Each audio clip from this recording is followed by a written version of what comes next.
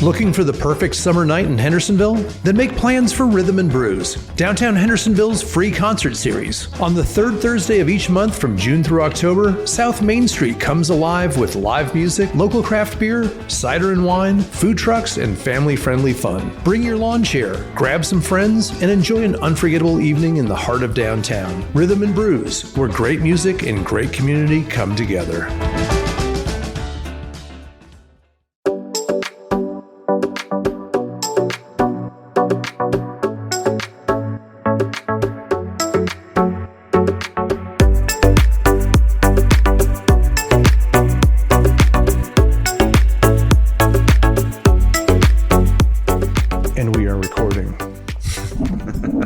That's always good.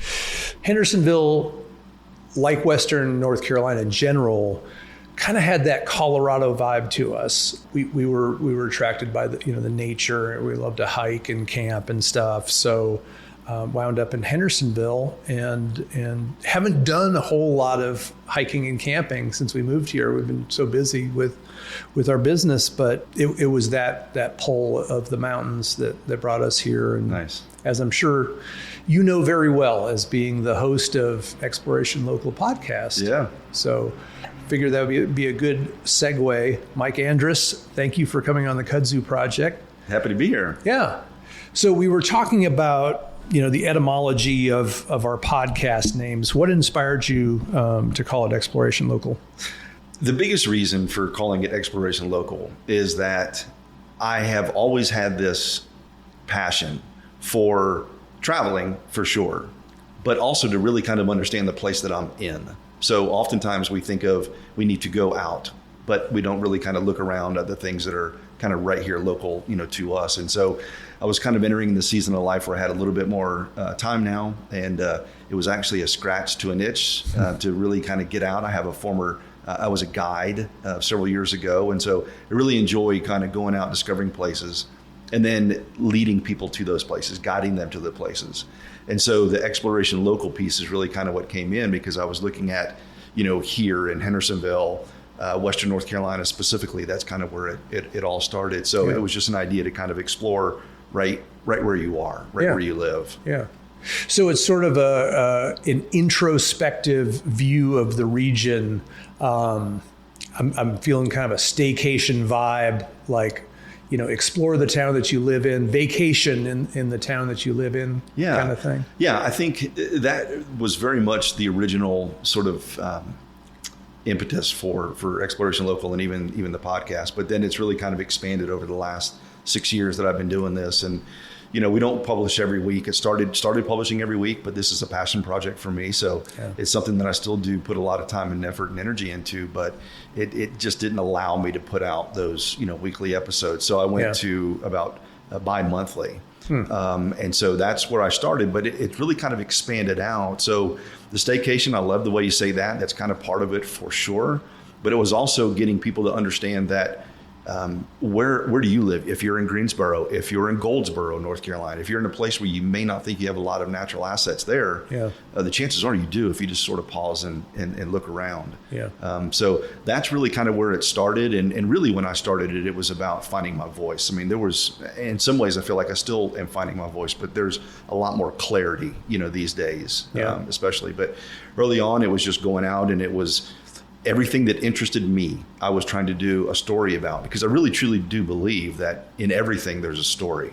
And so, there's the what and the why. The what is where we go to, it's what we visit, but it's the why, it's the people behind it. It's how did this place become what it is today? What's the heritage behind it? What's the future of this place? And then the podcast really kind of lives at that intersection now between place, people, and connection. Tell me a little bit about your background before you started the podcast. Was this kind of new territory to interview people, or did you have any kind of background in that? Not an official background, like I didn't do any training for this, but throughout my entire life, I've always been very, very interested in a couple of things. One, people that are driven, people that live life with intention. So that's one thing. And then people who live life on purpose. And so I've always had this draw to kind of understand somebody's story, what makes them tick, what's their ethos, what drives them.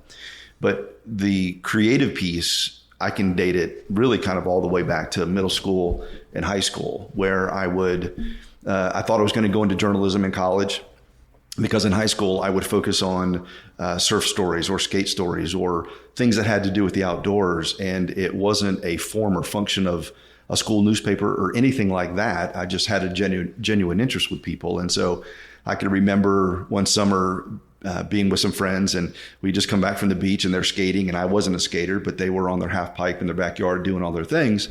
And I just remember thinking, this would make a pretty cool story. And I think friends in my sphere of influence would appreciate this. And so I wrote that story. And then I wrote another story about some athletes. And then I did become part of that, high school writing. I haven't thought about this stuff in years, Nick. But I started I started writing about the things that really just interested me. And then I would document things as well. So if I was surfing and my dad would be there and he would video, we'd interview and, things like that. If it was skiing, I'd do some videography for my friends. We'd tell a little story. So I think there's always been a little piece of that. And for me, we lived in Europe when I was growing up. And so we didn't have TVs a lot. We lived on the economy. So there was very much about storytelling. My mom would read a book, or we'd read something that was happening in the United States.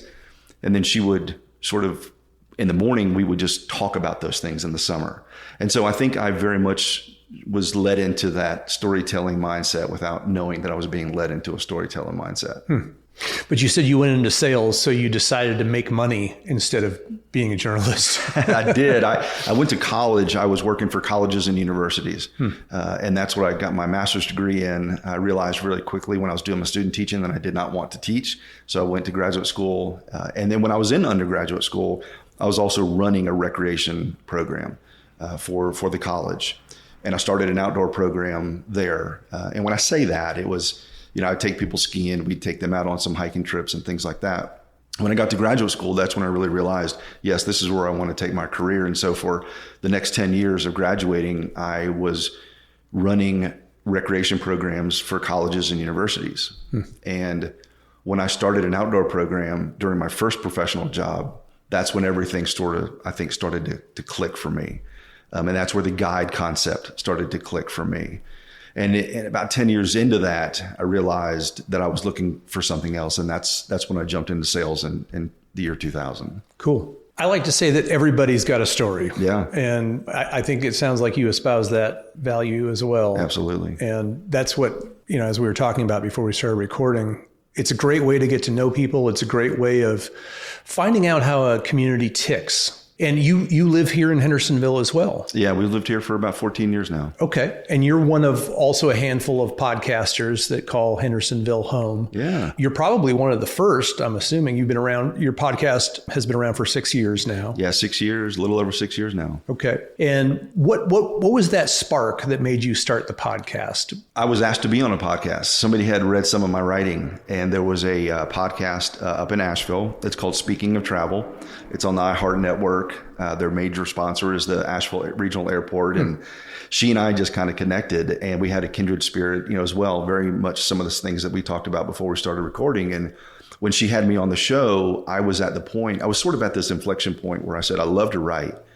But what I was finding myself is recording the interviews. Then I would come back and try to write it as best I could to represent what they said. But I always felt like I was missing something. So I really wasn't a good writer. I like to write and scratch an itch, but I really wasn't great at capturing that story succinctly. And so when I was on that podcast, I talked to her about the concept, and she said, yeah, I think you should, definitely pursue it. And so I did. I bought 2 inexpensive microphones and a recording device. For me at the time, it was a lot of money, but it wasn't really high dollar equipment, and just started going out and calling people that I knew in the outdoor space and said, I really want to understand your story more. Yeah. And that led to episode 1. You produce episodes bi-monthly, you said, which is twice a month or every 2 months? Twice a month. Twice a month. How do you find the discipline to record those twice a month? Because it does take discipline. It does. If I'm unable to record an episode in a week, I really get down on myself. I have I don't know if it's Catholic guilt or what it is exactly, but I feel like I'm letting my audience down. How do you motivate yourself to knock these out?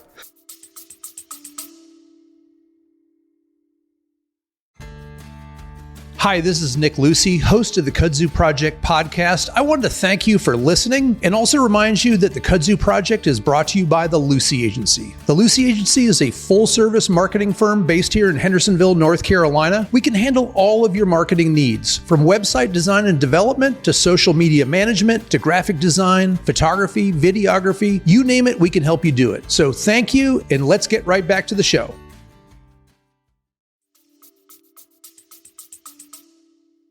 It's a great question because I've asked myself over the last 6 years, is this going to be the last episode? You know, it's the editing and it's all the other things that come along. The conversation is very easy, but it's all the other things that kind of come along with it that are just necessary to do it. I'm awful at social media, but I know that I have to do it.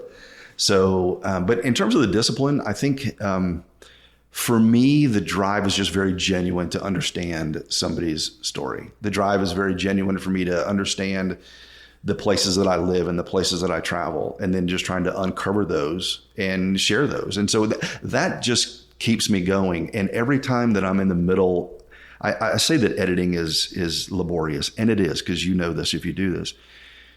But at the same time, I'm learning more and more about that person's story as I'm editing. And then by the time I get done with it, it's almost like, to use a golf expression, it's like the great drive on hole 18, right? It's the one that kind of keeps you coming back. Yeah. And then after those episodes post, and it's not that you're looking for the validation, although sometimes it's nice to know that somebody, you know, enjoys what you're producing.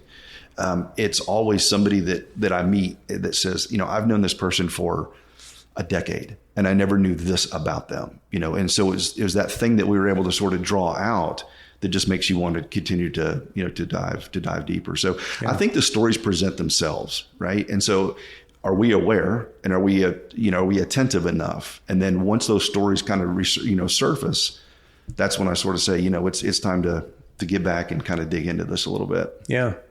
I'm sure everywhere on earth is like this, but it seems like there's an unnaturally high number of good stories and good storytellers in this neck of the woods. Mm-hmm. And I wonder if that has something to do with the Appalachian culture, the folk culture, the storytelling that's sort of embedded in the culture of this region. Do you have any idea what that might be? But doesn't there seem to be a high number of good storytellers and good stories? Absolutely, there is. Yeah. And in fact, that storytelling, some of the best episodes, or I should say maybe the most listened to episodes, are the ones that are about a particular place that is deep in Appalachia.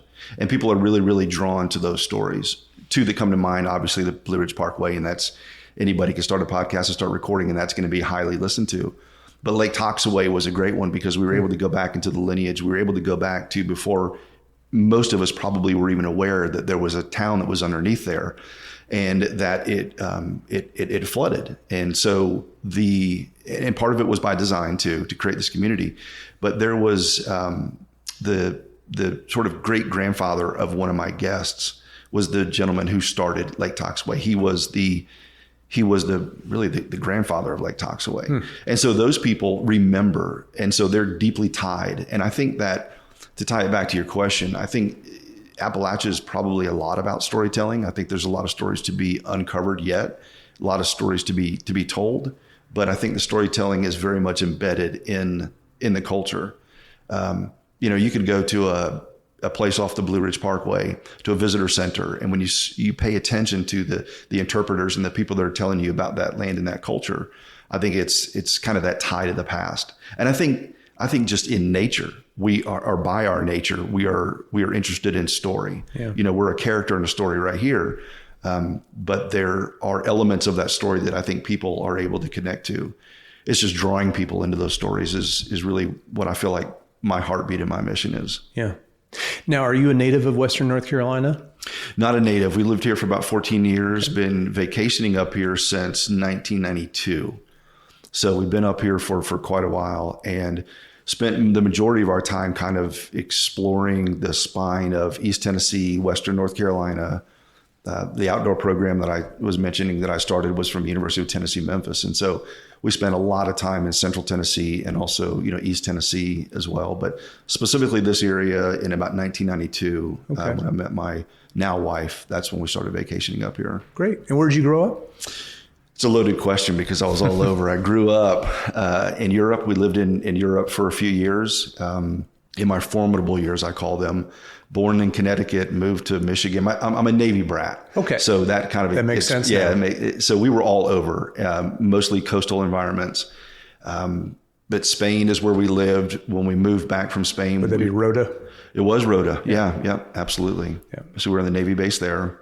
I lived on the economy, which was remarkable because we had the kind of that full experience. Did growing up in many places, because I can totally relate, did that kind of form who you are insofar as your perspective of where you are at the moment? You and I perhaps look at this region differently than someone who was born and raised here and never left here. And we still see how cool this area is. How is our perspective different from having lived in other places, lived overseas? I lived overseas as well. How did that affect your perspective on things? I think it absolutely formed who I am and why I do what I do, to be honest with you, with this particular podcast. So I think you're spot on. For me, one of the most memorable things when we did live in Europe was when we would go camping, it was never just with our pot of people. It was, we would have our friends, naturally, but my parents were always about embedding into the culture. So when we would go camping, we would sit in the creek. Our tables would be set up in the creek and we would just, break bread with the people and get to know the people. I remember distinctly, and I talk about this in my very first episode and even recently, and it's kind of a North Star for me, is we had just gotten off a gondola in Venice. And I remember my dad distinctly going up to a person and saying, we would love to know where the absolute best place is to eat, and not the place that you're going to tell every tourist, but the place that you would go eat. And he sent us on this journey. And I remember the smells. I remember the texture. I remember the cobblestone. I remember all of that. And then opening the door, walking down a couple of steps into this very small restaurant that was wonderful, number one. But number two, it was my first sense, and I obviously had no idea at the time, that it was really going to kind of be the impetus for why I wanted to go and find things that weren't just, the quote hidden gems or the things that, are on Instagram or social media or whatever. It was always trying to look behind that veil.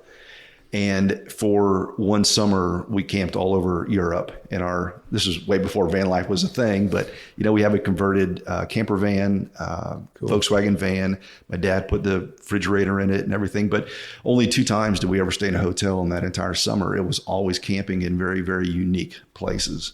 So, I think very much so that kind of formed, how I view things. But, your question about if somebody hasn't traveled, especially here in Appalachia, there's a lot of people that don't get out of Appalachia. There's a lot of people that may not even get out of their county, or they may travel a couple counties over. And so for them, it could be that this place is special and they know that, but they may not, it may become just every day to them. Okay. When you and I move in here, I can still pull into the Walmart or the Target or the Lowe's, and I'm seeing nothing but mountains and beauty, all around me. And we get used to it, but I don't think I don't ever get to the point where I'm just so used to it that it doesn't affect me. Every day I drive these mountains and these roads, I'm in awe. Yeah. I spent about 20 years of my career traveling internationally quite frequently between the magazine and the television show. And I learned that you should really try to become a good ambassador of, in my case, being from America. You should be a good ambassador of America when you travel. If you, like I said, it's the loudest podcast studio in Hendersonville.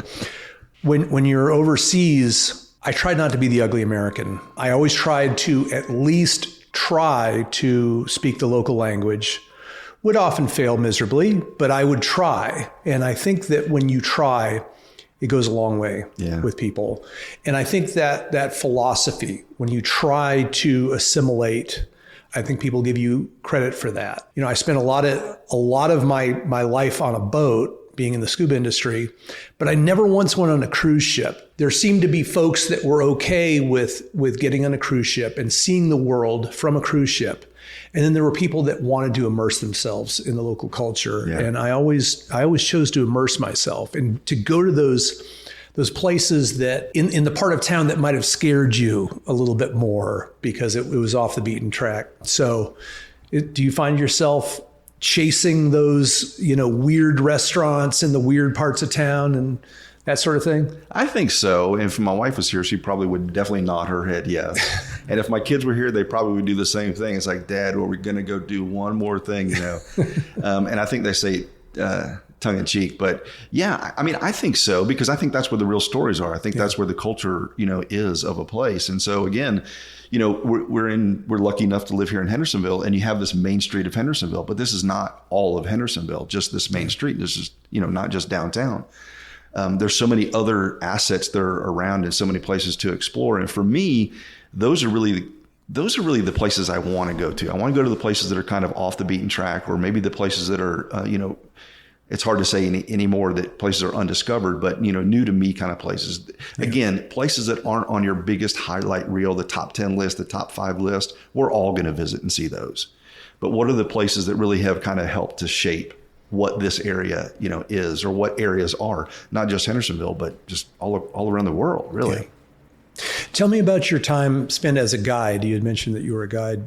What is that exactly? Yeah. So at the University of Tennessee, Memphis, we started an outdoor program, which was part of our, recreation program. This was for, it's a health science center. So we had medicine, dentistry, pharmacy, all the, the health sciences, and people that were very, very much under stress, and people that I was finding there was a lot of negative outlets for them.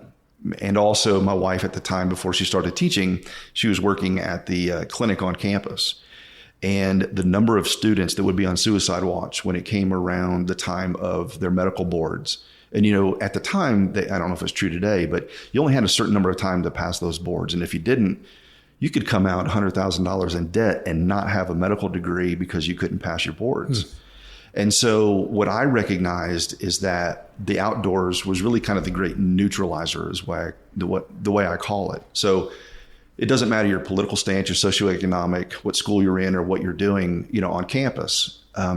The outdoors was truly that place that sort of put all of that aside, and people could just rally and come together around a common thing, a common experience.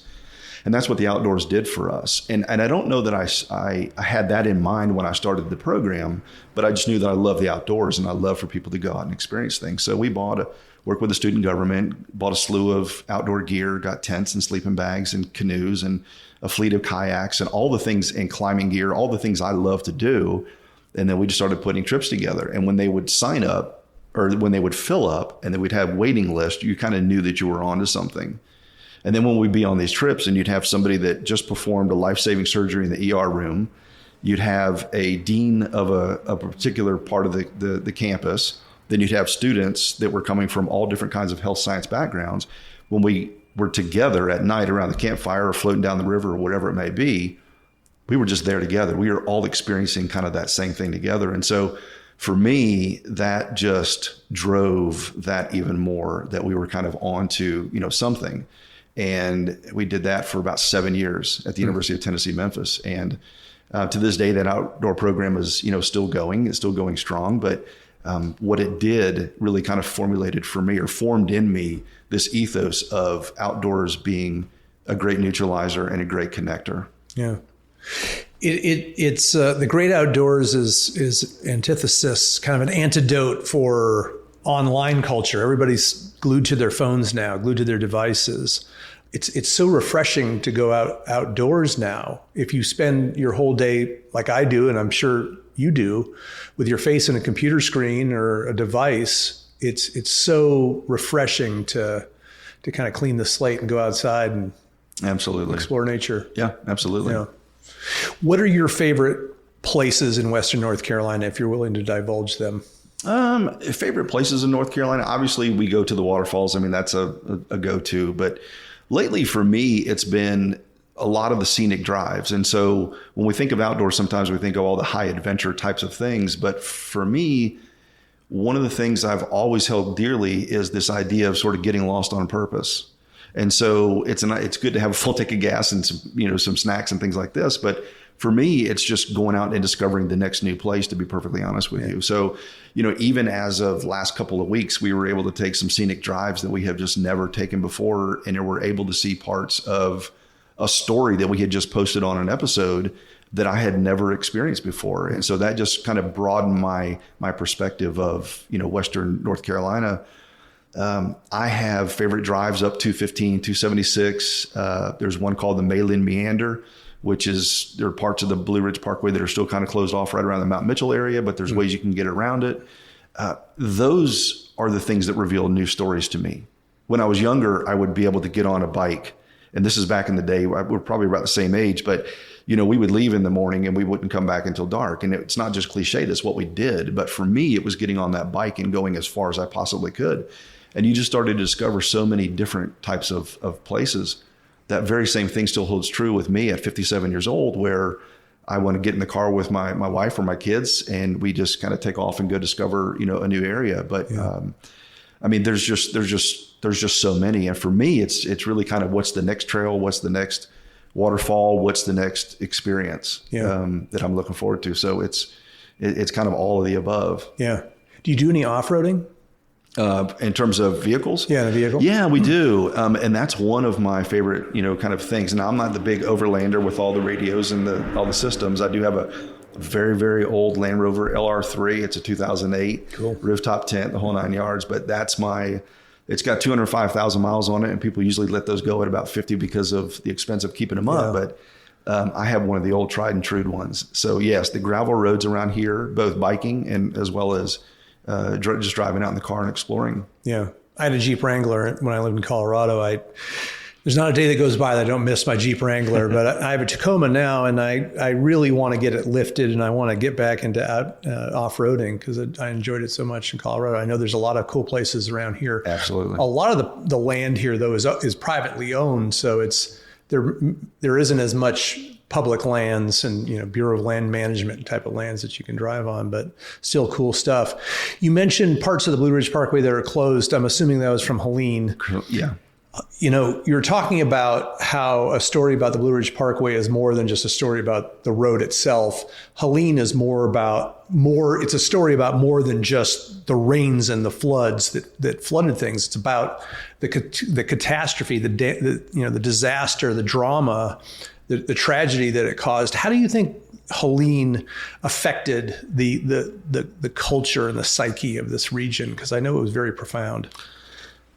Definitely profound, and something that most of us have never experienced before, and hopefully we'll never experience again. But resiliency, connection, love for place, love for people. I think these are a lot of the silver linings that ended up coming out of Helene, and still to this day, continue to come out of Helene. It was absolutely devastating. Now here in Hendersonville, not to downplay it, we weren't hit as hard as some of the other places, and especially the places that are right near the river, but more specifically up in Yancey County. So there's an episode that I'm recording this Thursday, actually, it's going to be on the Angel Network, and it's called Scars of the Mountain. Oh, wow. And it is a group of people that came to do relief work. And in that, they ended up finding out so much more about the people, about their resiliency, and about the place. And so they're really honoring their recovery. And that actually premieres this Thursday up in Burnsville. Oh, awesome. So I think that is going to be the epitome and really the answer to that question. It's a great question. But I think for me, I'm always living, with a glass half full. And I do think that there's a lot of stories that do continue to come out of Helene. Just one small one. The state of North Carolina has been declared the Great Trail State. And there are so many trails that are here, both on public lands, in the national forest, public lands, greenways, rails to trails, a lot of these different types of places. And so there's a lot of money to build this stuff, but there hasn't really been a lot of the money that's been available to maintain these, so user groups or friends groups or whatever it may be, maintain them. One of the things that came out of Helene is actually an infusion of funds to be able to go back and not just build new stuff, but to care for stuff that was there before, and to also build back in a more resilient way. Swannanoa, which is an area around here that was just devastated. They have funding now for a greenway that's more than just a trail. It's a way to really have riparian buffers and things that are along the riverbed that are going to protect from future floods, so they won't be as destructive as they were.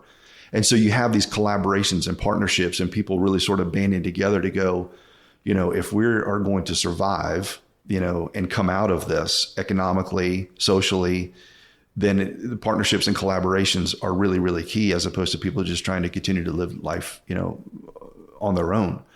And I think, to put a bow on it, I think that is probably one of the biggest things for me, all the different stories that I've heard of the different pockets of communities where people just cared for their fellow neighbor and making sure that, that they're okay. And I think, and I hope that just continues. I hope we never get to a point where we forget the impact that those made on us, because I do believe that communities change. I remember coming right down here off Main Street, right outside your office, and this was the only place where we could get internet, and so I was running into people and having conversations with people that I hadn't had in a very long time, and it was good to sort of reconnect with them. And as things began to sort of come online, then we sort of get back into life as we knew it, our normal rhythms. And but I hope that we never forget that connection piece and the ability to lean on one another. I think that's a huge silver lining that came out of all of this. Yeah. Again, going with there's so many great stories in this part of the world, and there were so many great stories from that tragedy of, the human condition and the things that humans did for their fellow man. Just incredible stories of survival and teamwork and community and love.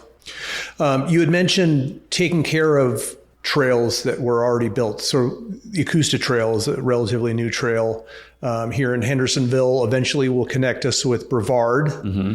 Oh, the Acosta Trail is phenomenal. I think it's been a great resource for our entire community. I don't think you and I probably can't go a day without running into somebody that says that they haven't been on the trail, they're going to the trail, or they've had some connection to the trail. So, the beautiful thing about those is that they started so many years ago with so many people that just cared about having an idea. They cared about an idea to kind of move something like this along so that it would be an economic driver for our community, a social driver for our community. And that is one of the beautiful things I think that trails do, specifically rails to trails, but all greenways and all trails. But yes, I think that is a flagship for our area. Yeah. My wife and I currently live in downtown Hendersonville, but we're looking at buying a house a couple miles north of here, and it's not connected in any way to the Ocklawaha Greenway or the Acosta Trail. And it's my biggest source of contention for buying this house, because I feel like we'll be disconnected, because right now we can just walk up to Main Street, head down Main Street, and then pick up the Acosta Trail where it turns into a bike lane. Being in this new house, I'm afraid that we're going to be disconnected from that. And I'm really kind of bummed. But I hope that they eventually, connect our neighborhood with the Greenway. Do you think that there should be more trails in this world? Short answer, yes. Yeah. I do. I believe there need to be more trails. I think that there's right now, we don't want to get too political, but I think right now that there's this idea that we're going to cut trails, and then one side says, we're going to eviscerate it, and the other side says we need to just redirect some funding. I think somewhere in the middle is sort of where I lie. I do believe, just from personal experience, and you having the experience here on the Acosta as well, I can go down to Charlotte and be on the Sugar Creek Trail with my brother, going from literally the back of his house in South Charlotte all the way up to Uptown Charlotte, and allowed us to see a part of a community that I never otherwise, would have seen. And I think when that happens, what we do is we become more in love with a place, or we become more cognizant of all the things that are around there. And I think it allows us to view places a little bit differently. Now, here, you can make the argument for trails that, it's a form of transportation, and people are going to choose that to, as their mode of transportation, as opposed to a car to go to work. And that could be true in some areas. I don't think it's going to be true for everybody. So I don't hang my hat on just that one pillar.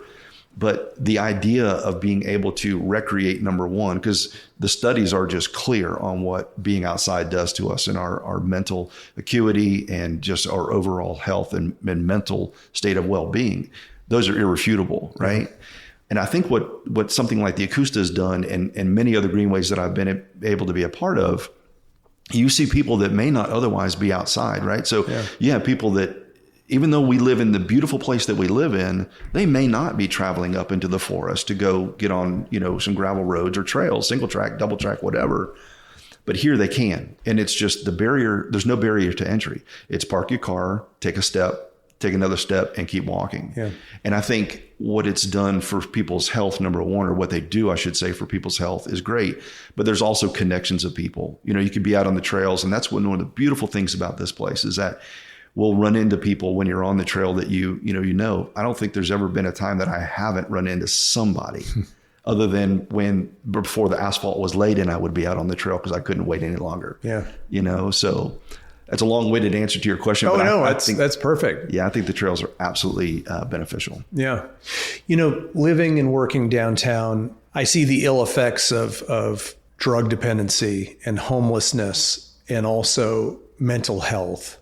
And when you get out on the trail, you're not only improving your physical health, but your mental health as well. Spending time on a trail, hiking, camping. When I go fishing, it allows me to get inside my own brain and kind of figure things out and kind of fix the little problems that I might have in my mind. Yeah. I think that it sort of is the remedy for a lot of our society's ills is to get out in nature and unplug, get away from these devices that enslave us. And I think it goes a long way for mental health in addition to physical health. I'd agree. So you have more of an outside, you talk about exploring the communities in the areas of Western North Carolina, but you do have more of an outside bent. I think that's the common thread. It's the outdoors for sure. And so I don't do episodes about restaurants or bands or music or, that sort of thing. I may in time, but as long as it sort of ties back to a bigger story, I'm willing to, kind of share that story. But that's just the lane that we've found ourselves in. And I'm very involved with the Outdoor Business Alliance here in Western North Carolina. And I mentioned to you the Outdoor Media Summit. So that's going to be the first exposure to something like that. That's more of truly a global level. I've already connected with a podcaster from Scotland and I start to listen to his content. Nice. And so, I think the outdoors, number one, that's where my passion lies. But number two, I think for the health reasons that you and I just talked about.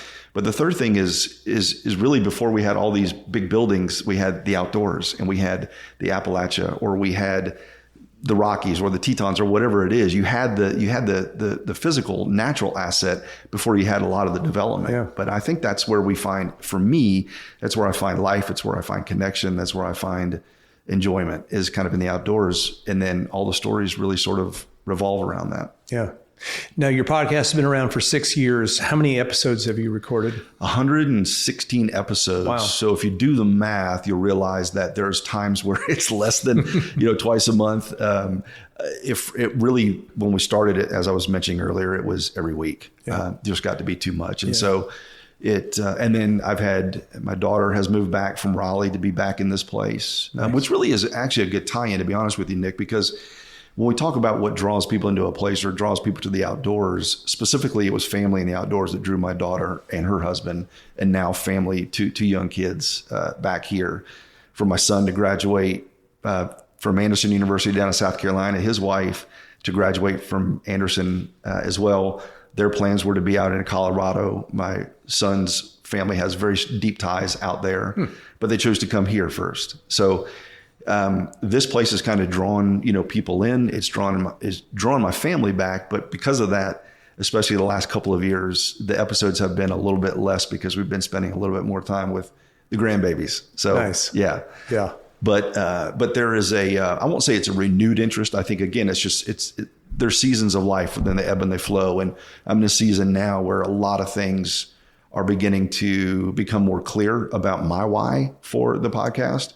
And just settling into that and watching so many things come out organically. It's not going out and trying to fish the stories. It's more the stories that are kind of coming to me now. Yeah. You say it's still kind of a hobby because you have a quote, real air quote, real job. Yeah. But do you see yourself doing this indefinitely?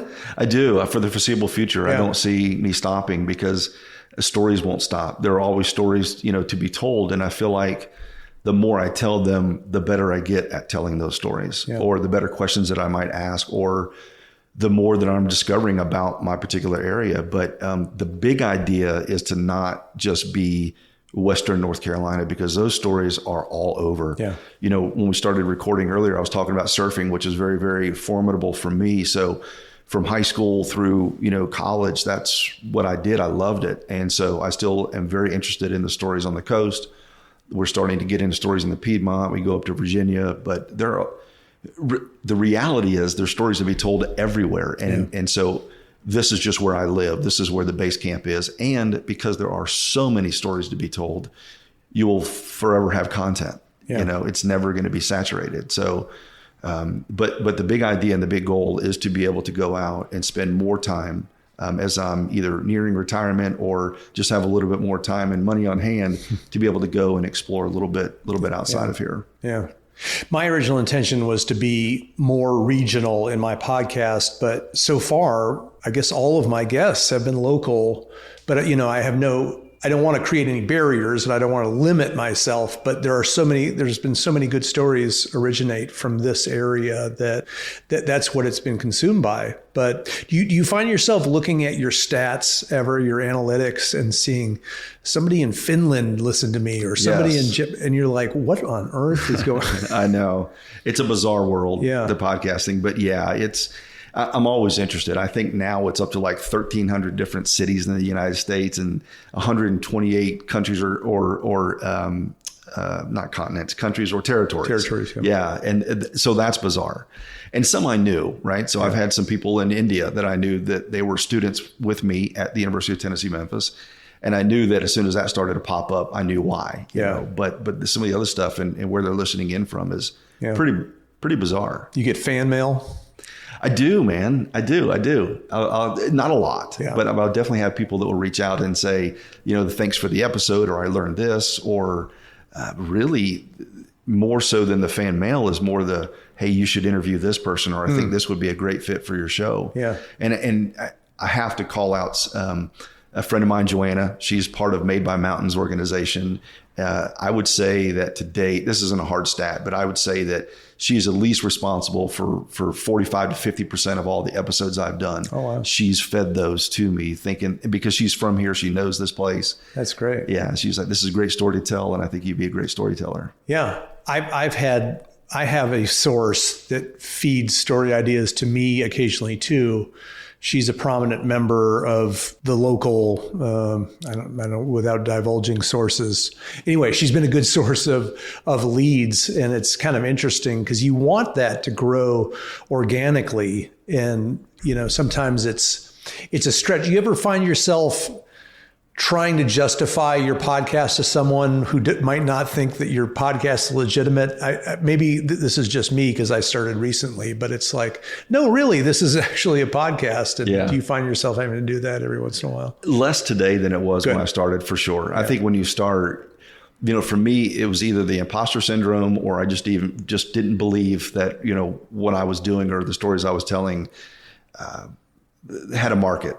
Yeah, there was a market for that. But I think that there's been a little bit less of that because I'm finding clarity. Finding my voice was one part of the journey. Finding clarity is the part that I'm absolutely most excited about. So I don't know that I've ever been more excited about the direction of the podcast than I am today, simply because there is this point of clarity. Yeah. And that clarity will just kind of continue to draw you and push you. And when that clarity becomes your why, really what somebody else thinks doesn't really matter, you know, at that point, because there's just a lot of joy. And the fact that I'm not drawing a paycheck or a dime out of this, you know, is something that lets me know that, yes, you're onto the right track, as long as you're still passionate about doing it when there's no monetary value associated with it. Yeah. Now, there have been a lot of, you know, wonderful things that I will get, you know, more of a barter. Might get and I'm not looking for this, but people will give me a free experience or a free stay or a free meal or, you know, whatever it may be, just for simply, you know, kind of telling their story.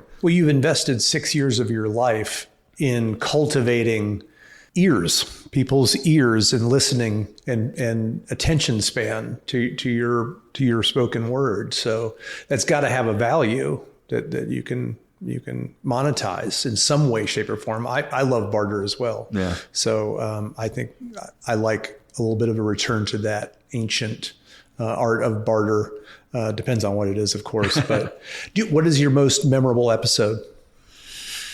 That's a really good question. The next one is probably the most memorable one, but there was one that I did with, it's called Ogre, O-G-R-E, Jason.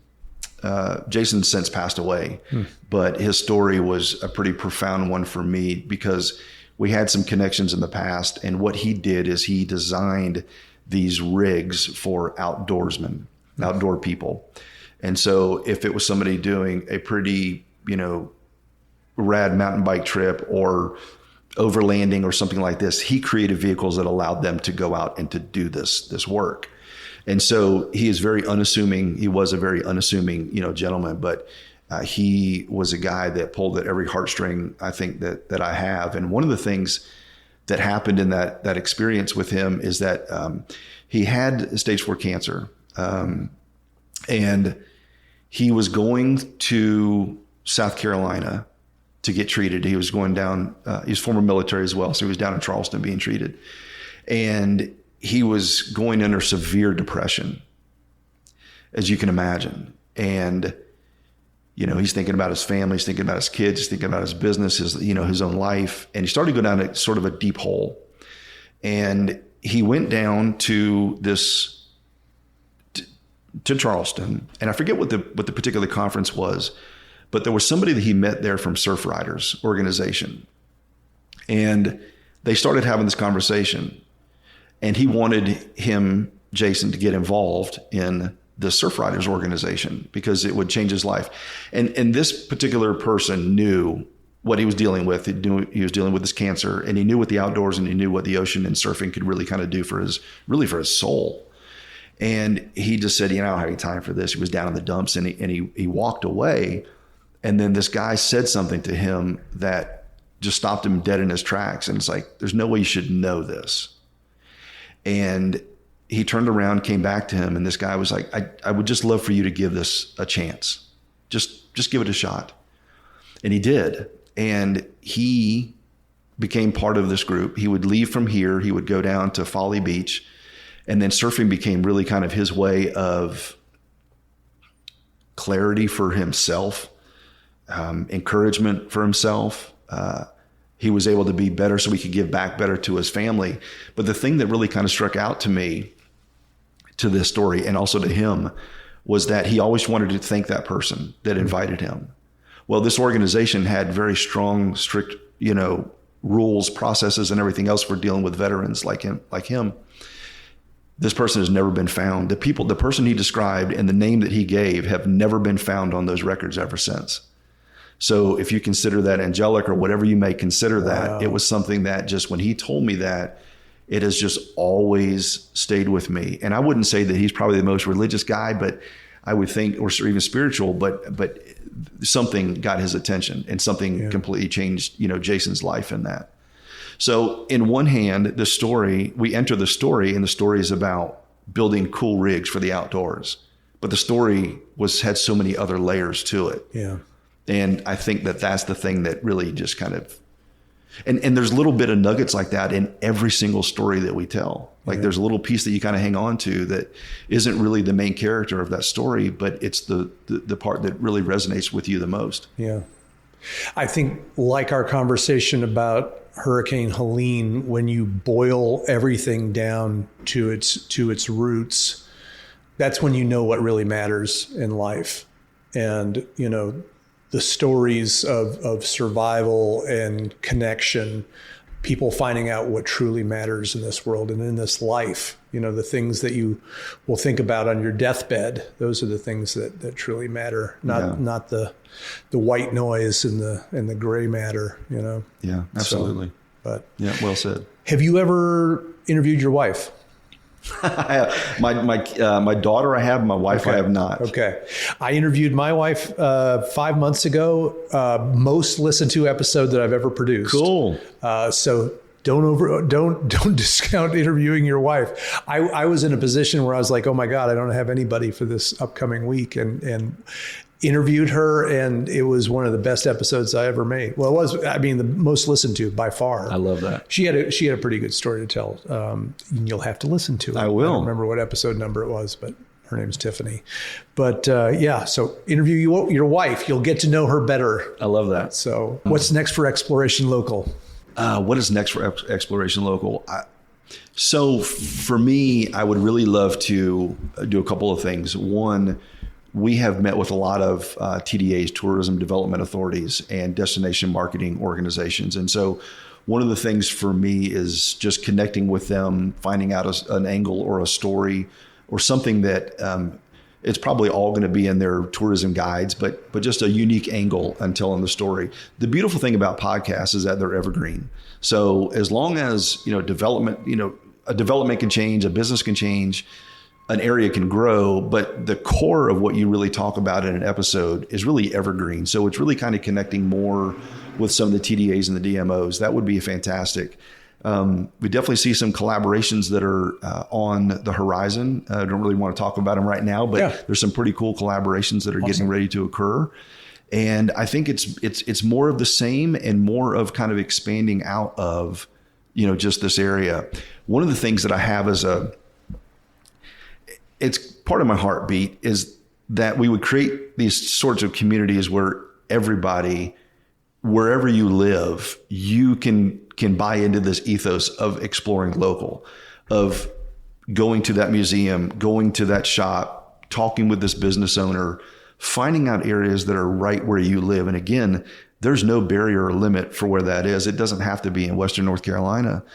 Wherever you are, wherever you live, there are stories to be told. And I feel like when you dive into that and you lean more into those stories or more into your area, you fall even more in love with the place that you live, right? And so it's not just about always traveling out to the big trips. Like, I get that and I love that. And you and I both have traveled all over the US and Europe, and we've lived there, and those things are great. But literally right here where you are, there's so many things to uncover and to find out about, your community. Yeah. And that's really, if I could distill it all down to one thing, it would be that. It would be that people would find a way to uncover, to lock in, and discover more of right where it is that you live. Yeah. I think it's American Express that has a campaign called Shop Local that they promote. There's like a Shop Local or Shop Small every year in September, which is a day that you're supposed to, shop at your local business. But every day should be that. Yeah. And, talking about staycations, exploring your own town. Because, when a town depends on people from outside the town on its economy, why not have that engine live here and be able to keep that economy moving every day? So the beautiful thing about a podcast is that, to me, we all come at it from a different angle. There may be storytelling, because I think we all love to tell stories, but we all usually come at it from a different angle. It's like your spin. It's like there's only one Nick Lucy. There's only one Mike Andress. And so my viewpoint, your viewpoint are, they're unique, and nobody has your voice, Nick, and nobody has my voice. And so oftentimes I'll try to find myself, I won't say that it doesn't even happen today, but, especially when I was starting, I was just constantly comparing, constantly looking at stats, constantly wondering, does anybody even care about this? Yeah. And then I started thinking about it, and I'm like, if you think of for some of the episodes, the largest classroom that we were in college, that's your audience. Those are the unique numbers and unique listeners. And every time somebody hits play, that's a unique listener. Yeah. It's not counting any of these people twice. And then all of a sudden you think of, we've had episodes that there's colleges that don't even have as many students as some of the episodes that we've have or that have listened to an episode. It's mind blowing. Yeah. The fact that one person would download an episode is kind of mind blowing. But anyway, that's all tangential. Yeah. I mean, the idea that a conversation that you have with someone or something that you say could plant a seed in someone to inspire change or to inspire improvement or to inspire doing something different is amazing. That you could possibly have that influence on someone that you've never met and who doesn't live in your town. It's kind of fascinating to think about. I love that, my intentions are to make this a video podcast at some point in the near future, but the audio only aspect of it is cool because you can do stuff like hike and walk and run and explore while listening to a podcast, while learning something, while listening to an interview with someone, getting a new viewpoint, new worldview from someone. It's the ultimate multitasking tool, if you will. So I think that's pretty cool. Have you been to, or are there any meetups for podcasters in the area? No, and that's kind of what I was referring to with Marilyn Balls. She would like to create something like that, which I think would be good. I wouldn't probably organize it, but I would definitely love to kind of be a part of something like that. And I think it would be wildly helpful. Yeah, that'd be really cool. Maybe that could be your thing, that you can pull us all together. Maybe you could help me. Yeah, I wouldn't mind helping. Mike Andress, Exploration Local Podcast. You got it. Thank you for coming on the Kudzu Project podcast today. My pleasure. Happy to be here. Thanks for having me.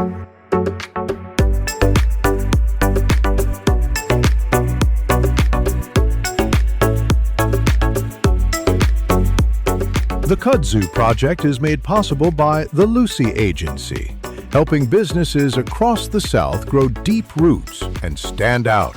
Based in Hendersonville, North Carolina, this full-service marketing firm builds handcrafted websites, eye-catching logos, and social media that pops for businesses and organizations. Because if your story's worth telling, it's worth telling right. Learn more at lucyagency.com. That's LUCEY agency.com. Everyone has a story, and at the Kudzu Project, we want to hear yours. Go to kudzuproject.com and fill out our story submission form. You can write your story for us to read on the podcast, request to be interviewed, or even nominate someone else whose story deserves to be told. The Kudzu Project is all about capturing the voices and spirit of our community, and your story could be the next one we share. Visit kudzuproject.com and tell your story today.